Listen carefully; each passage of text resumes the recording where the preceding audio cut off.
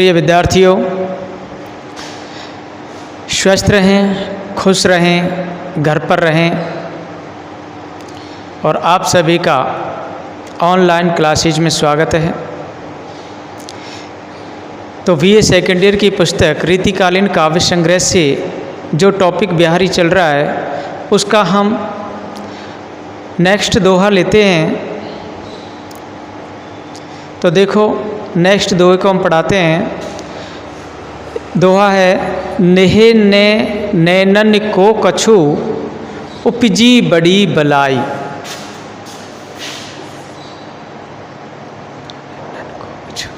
बिहारी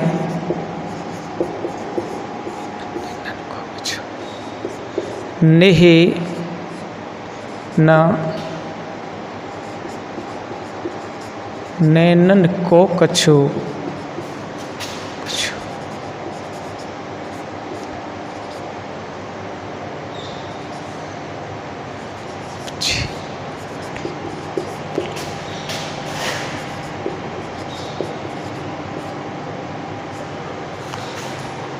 नेहना नैनन को कछु उपजी बड़ी बलाई।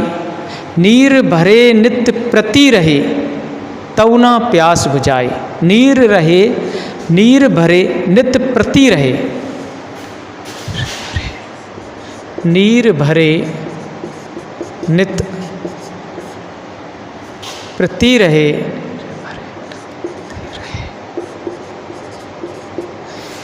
नीर भरे नित प्रति रहे तऊ ना प्यास बुझाई। तऊ ना प्यास बुझाई।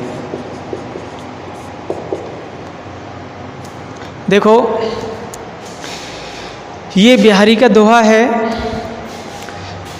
नेहे ने नैनन को कछु उपजी बड़ी बलाई।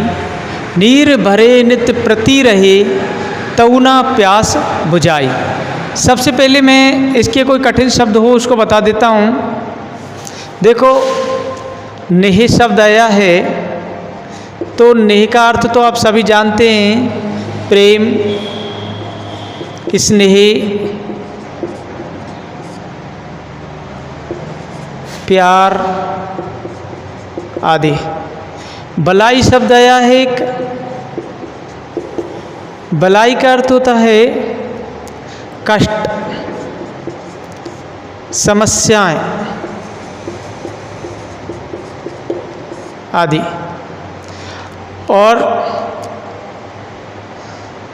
और तो कोई ऐसा इसमें शब्द नहीं है जो कि कठिन शब्द हो। आप सभी जानते हैं इस दोहे को। देखो, नेहे न नैनन को कछु उपजी बड़ी बलाई। नीर भरे नित प्रति रहे तऊ ना प्यास बुझाई। ये जो दोहा है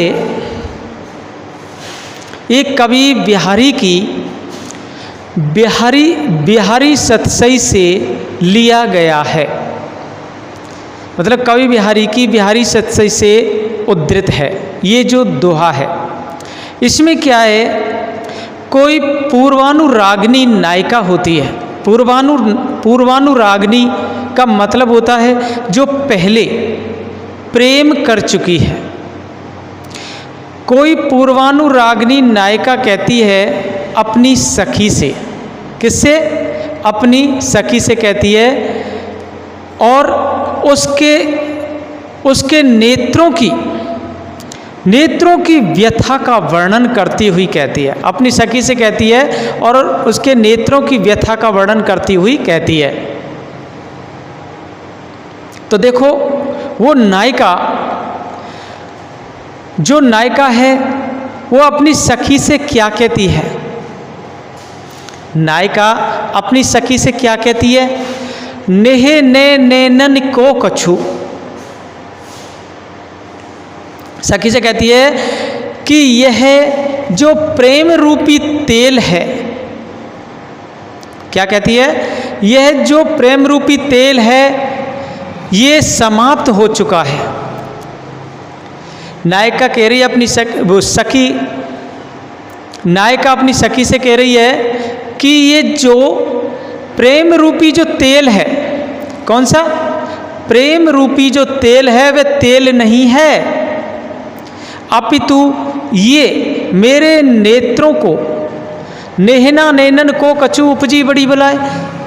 नायिका अपनी सखी से क्या कह रही है, हे सखी, जो ये प्रेम रूपी तेल है ना, ये तेल नहीं है, ये कुछ भी नहीं है।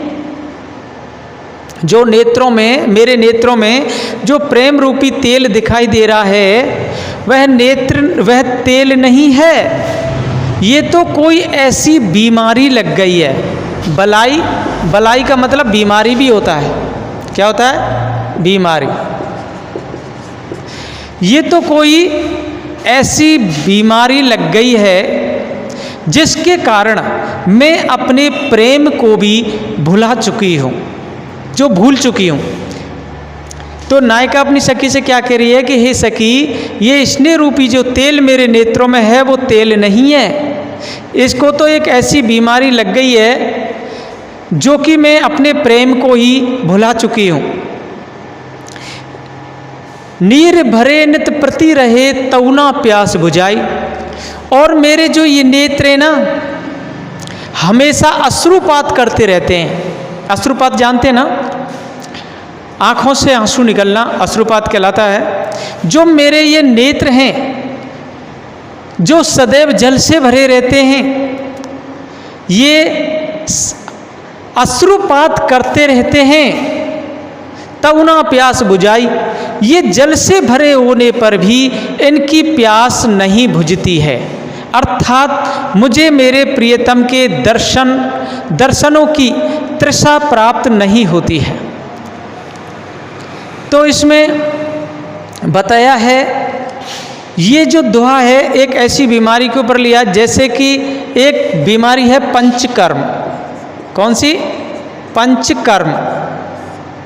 पंचकर्म बीमारी ऐसी होती है जो हमारे पेट के अंदर हमेशा पानी भरा रहता है, फिर भी हमारी प्यास नहीं बुझती है। तो उस बीमारी के लिए तेल और घी पिलाया जाता है, तब जाके ये बीमारी समाप्त होती है।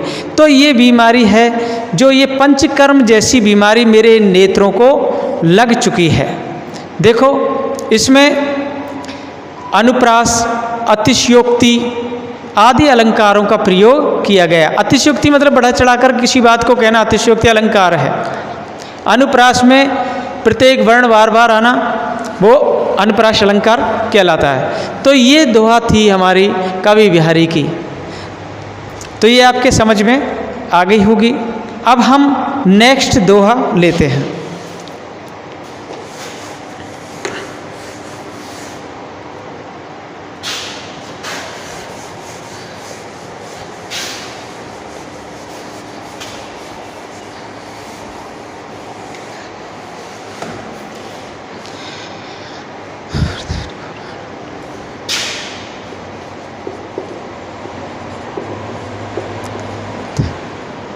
देखो, ये जो अगला दोहा है, पाई महावरु देन को नाइन बैठी आई, फिर जानी महावरी एड़ी मींडत जाई।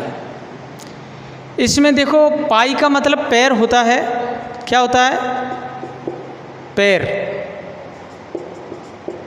पाई का मतलब क्या होता है? पैर होता है।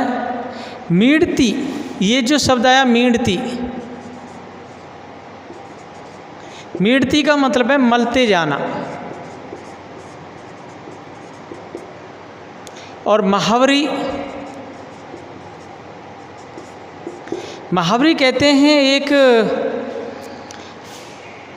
लाल रंग होता है, और जो औरतें श्रृंगार के रूप में पैरों में लगाती हैं वो महावर होता है, जिसको महावरी बोलते हैं। अब देखो, इसमें ये जो दोहा है, कवि बिहारी ने इस दोहे में नायिका के जो एड़ियाँ हैं, नायिका की जो एड़ियाँ हैं उनकी सुंदरता का बखान किया है। नायिका की एड़ियों की सुंदरता का बखान किया है। कैसे? कोई दूती होती है, दूती का मतलब कोई सखी, कोई दूती नायिका से नायिका की एड़ियों के जो स्वाभाविक लाल रंग है उसके विषय में कहती है।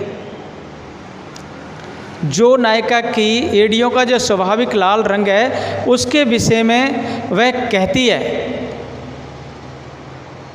नायक दूती होती है वो नायक से कहती है नायिका के विषय में। कैसे? देखो, पाई महावर देन को नायन बैठी आई।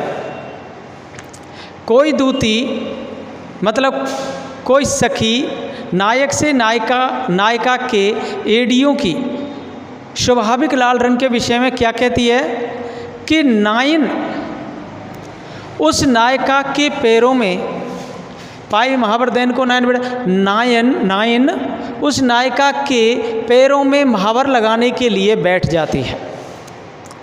जो नायन होती है वो नायिका के पैरों में महावर लगाने के लिए बैठ जाती है। उस नायिका की एड़ियाँ भी, जो वह नायिका है उस नायिका की एड़ियाँ भी एक महावर के समान लाल रंग की थी। उस नायिका की एड़ियाँ कैसी थी? महावर के समान लाल रंग की थी। तो क्या होता है कि जो नायिका होती है वो भ्रम में पड़ जाती है और उस एड़ियों को, उन एड़ियों को महावरी समझ करके बार बार मलने लग जाती है। क्यों? क्योंकि उसकी एड़ियाँ भी एक महावर के रंग के जैसी ही लाल रंग की थी। तो इसमें क्या है, जो नायन आई है, नायन का मतलब होता है, जैसे पहले क्या होता था, जो कुलीन परिवार होते थे उन कुलीन परिवारों की स्त्रियों के जो महावर लगाने के लिए जो औरतें आती थी वो नायन कहलाती थी। देखो, इसमें भ्रांतिमान अलंकार का प्रयोग किया गया है। भ्रांतिमान अलंकार का प्रयोग कहाँ किया गया? जहाँ पर लाल रंग और एड़ियों के रंग में अंतर नहीं करना भ्रांतिमान अलंकार कहलाता है। तो देखो, अब हम नेक्स्ट दोहा लेते हैं।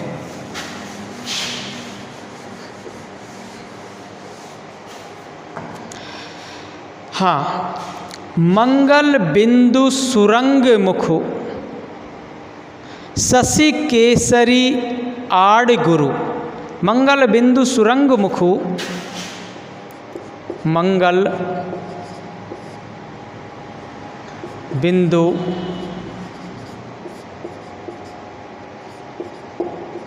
सुरंग मुखु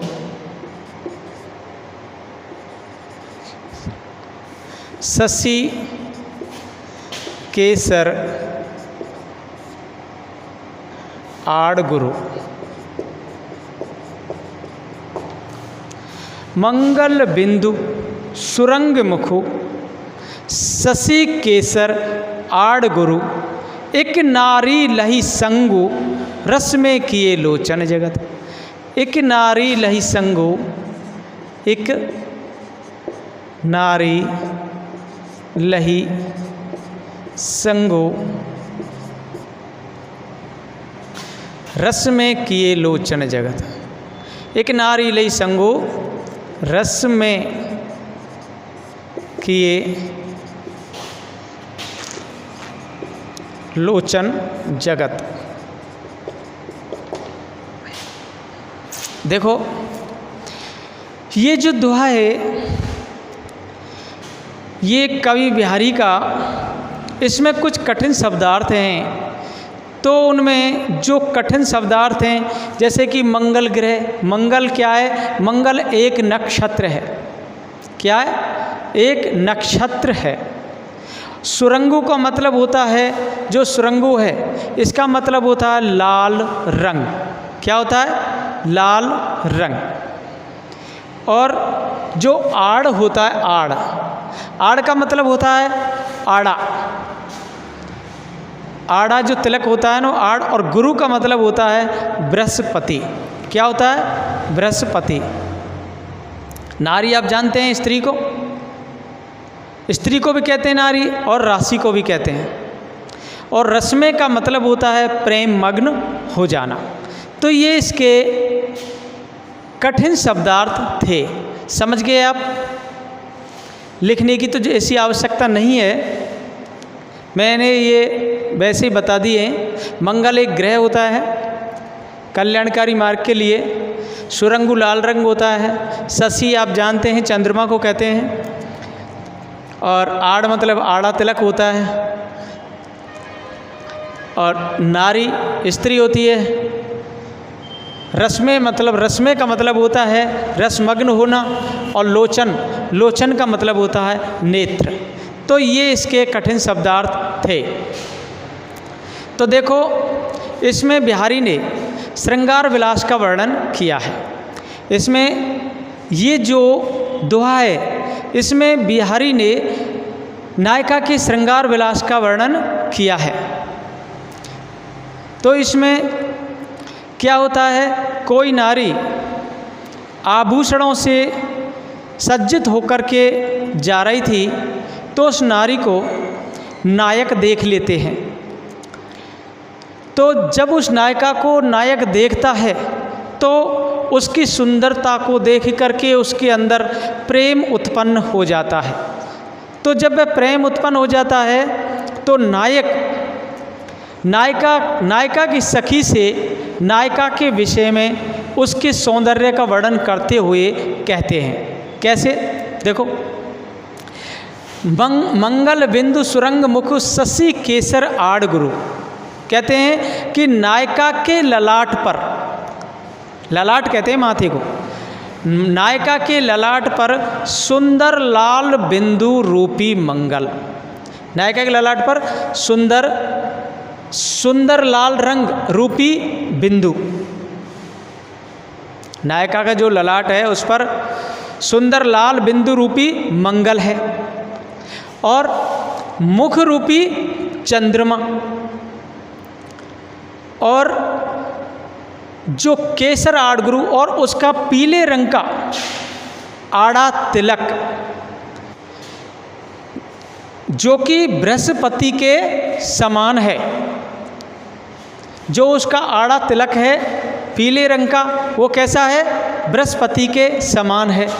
एक नारी लई संगु रस में किए लोचन जगत। इसमें क्या है, जब इन तीनों को एक नारी ने ग्रहण कर लिया है या कोई नारी ग्रहण करती है, तो ये जो लोचन है ना, ये नेत्र हैं, इस नेत्रों का जो संसार है मेरा, वो रस में हो गया, रसमग्न हो गया।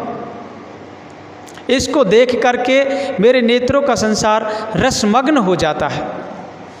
जब इनको एक नारी जब तीनों को ग्रहण कर लेती है तो मेरे नेत्रों का संसार रसमग्न हो जाता है, अर्थात प्रेम में हो जाता है। मेरी आँखें सजल हो जाती हैं देखने पर।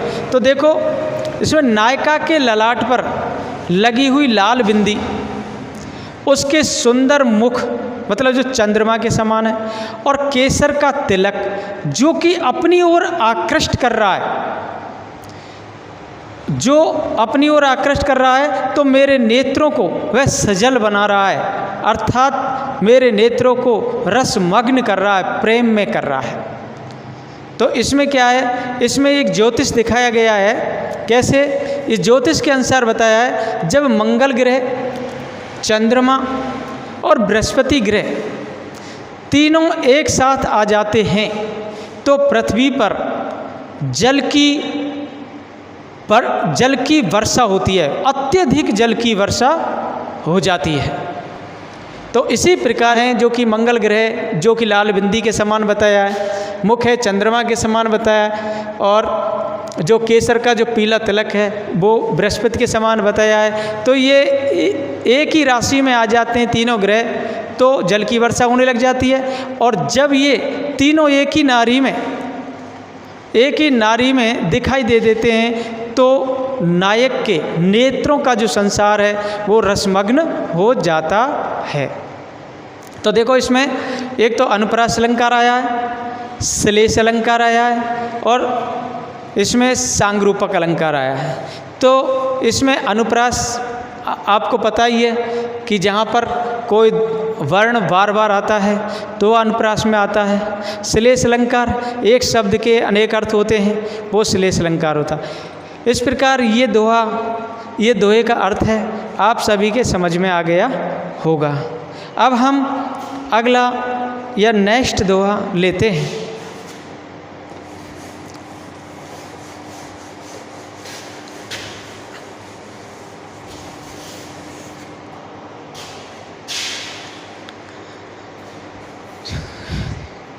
देखो, अंग अंग नग जगमगे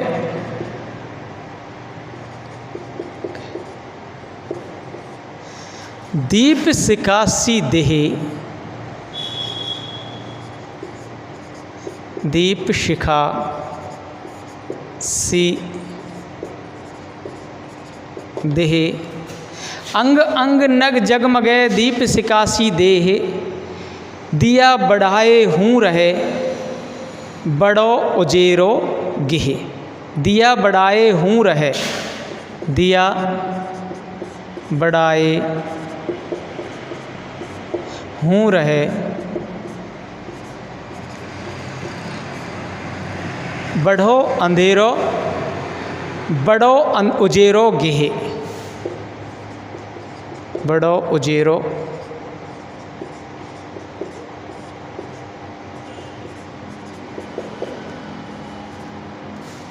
गिहे।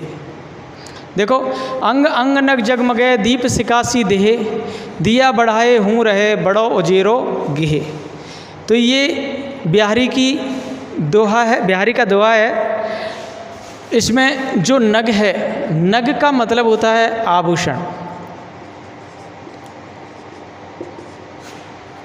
या नगीना।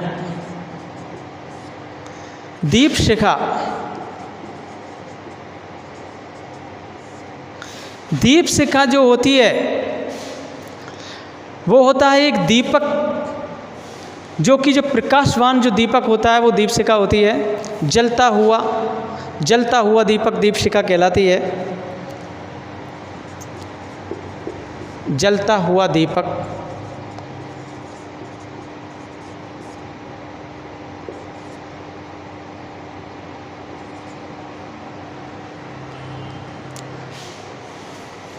और इसमें देह का अर्थ क्या होता है? देह का अर्थ होता है शरीर। एक शब्द आया उजेरो,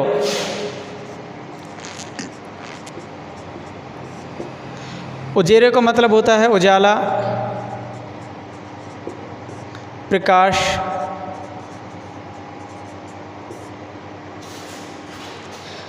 ये इसके शब्द हैं। देखो, नग मतलब क्या होता है? आभूषण या नगीना। और दीप शिखा का मतलब होता है जलता हुआ दीपक। और देह का मतलब होता है शरीर।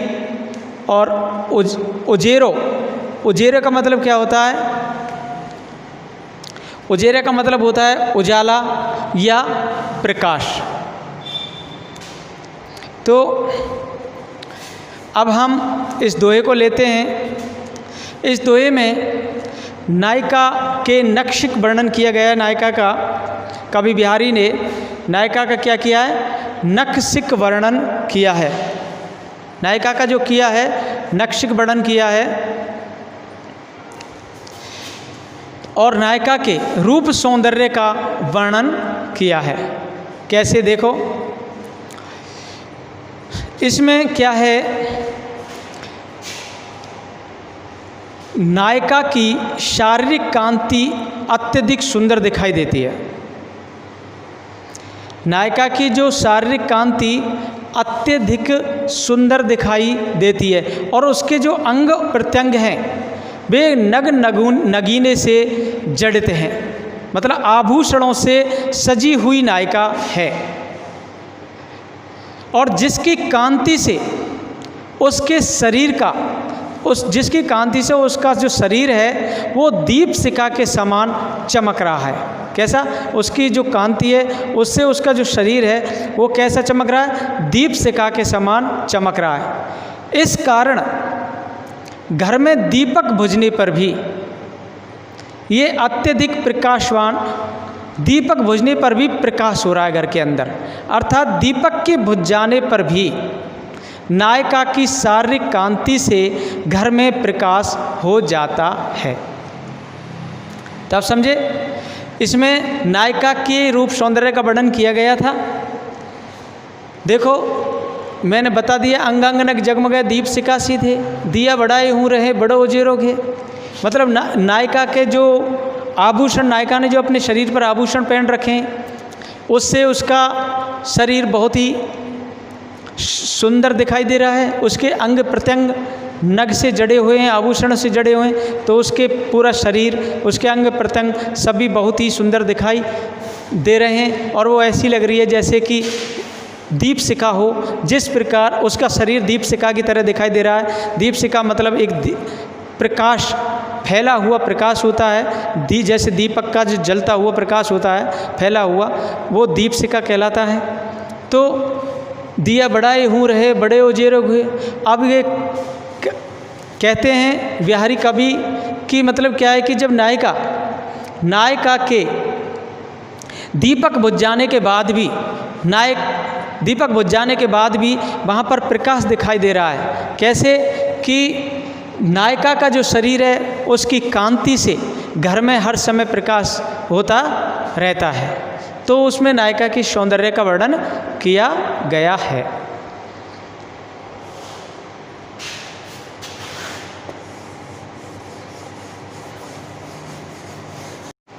देखो बच्चों, ये दोहा है बिहारी का, भूषण भारु समारी है, क्यों इही तन सुकुमार, सूधे पाइन धर परे, शोभा ही के भार। शोभा ही के भार। तो इसमें क्या है, पहले तो ये देख लो, कोई कठिन शब्द हो, सुकुमार शब्द आया है। सुकुमार शब्द का मतलब होता है कोमल, नाजुक। तन माने शरीर, धर का मतलब होता है धरती,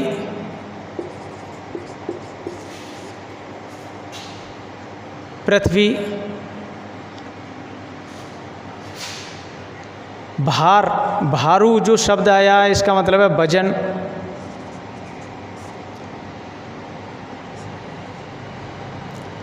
सम्हारी माने संभालना।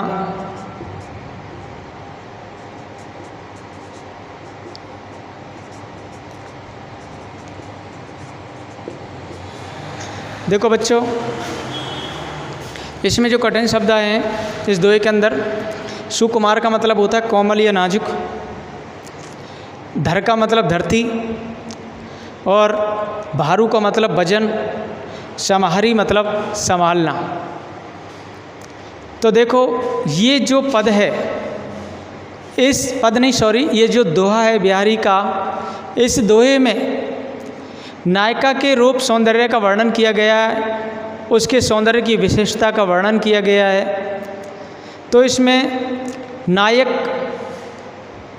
होता है, नायिका को आभूषणों से युक्त देख लेता है। जब नायिका आभूषणों से जड़ित होती है तो नायक उसे देख लेता है और उसे देख करके उसके मन में विचार उठते हैं। तो वह नायक होता है, नायिका को देख करके उसकी सखी से कहता है कि देखो हे सखी, उनका जो सुकुमार शरीर है, सुकुमार कहते हैं उनका जो नाजुक कोमल जो उनका शरीर है, वो तो आभूषणों के भार को संभाल ही नहीं पाएगा। अर्थात उनका जो कोमल या नाजुक शरीर है वो आभूषणों के भार को कैसे संभाल पाएगा। सूधे पाइन धर परे, शोभा ही के भार। उसके पैर तो उसके शरीर की शोभा के भार से ही दबे जा रहे हैं। उसके जो पैर हैं उसके शरीर की शोभा के भार से ही दबे जा रहे हैं। चलते समय धरती पर सीधे भी नहीं पड़ते हैं। सूदे पाइन दर पर है शोभा के भार। चलते समय धरती पर सीधे भी नहीं पड़ते हैं। मतलब दूती इसके बारे में फिर दूती कहती है कि नायिका अभिसार के लिए नायिका से कहती है कि तुझे अभिसार के लिए चलना पड़ेगा। अभिसार के लिए, अभिसार मतलब मिलन कहते हैं, युगल होते हैं उनका जो मिलन होता है उसको बोलते हैं अभिसार। तो वो जो दूती है, दूती कहती है अभिसार के लिए शीघ्रता से चलना पड़ेगा तुम्हें। नायिका के पैर सुकुमारता के कारण सीधे नहीं पड़ रहे हैं।